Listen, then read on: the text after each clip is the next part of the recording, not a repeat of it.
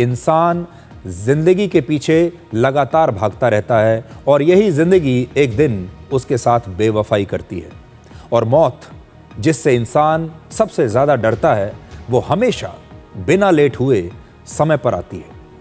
आज महाराष्ट्र के उप मुख्यमंत्री अजीत पवार के साथ भी बिल्कुल यही हुआ।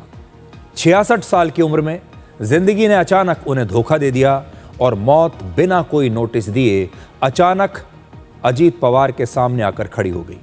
आज सुबह अजीत पवार मुंबई से एक प्राइवेट प्लेन में बारामती के लिए रवाना हुए और 8:44 पर उनका ये प्राइवेट प्लेन बारामती एयरपोर्ट पर लैंड करते समय क्रैश हो गया।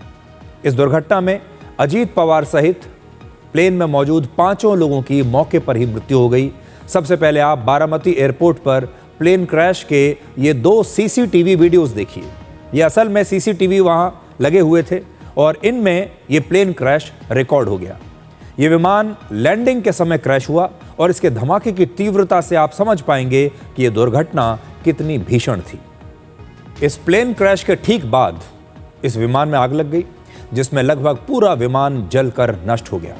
इसमें सवार लोग बुरी तरीके से झुलस गए थे। यहां तक कि अजीत पवार के पार्थिव शरीर की पहचान भी उनकी कलाई में बंधी हुई घड़ी से की गई। समय का चक्र देखिए कि अजीत पवार की पार्टी नेशनलिस्ट कांग्रेस पार्टी का जो चुनाव चिन्ह है वो भी घड़ी ही है।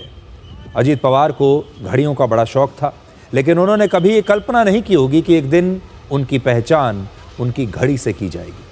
अब आपको अजीत पवार की आखिरी तस्वीर दिखाते हैं। आज इसकी बड़ी चर्चा हो रही है।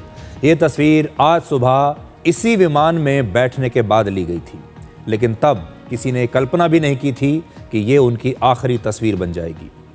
बारामती एयरपोर्ट पर मौजूद चश्मदीद गवाहों ने ये कहा कि जब विमान नीचे आ रहा था तब ऐसा लगा कि वो क्रैश हो जाएगा और कुछ ही सेकंड्स में ये विमान क्रैश हो गया।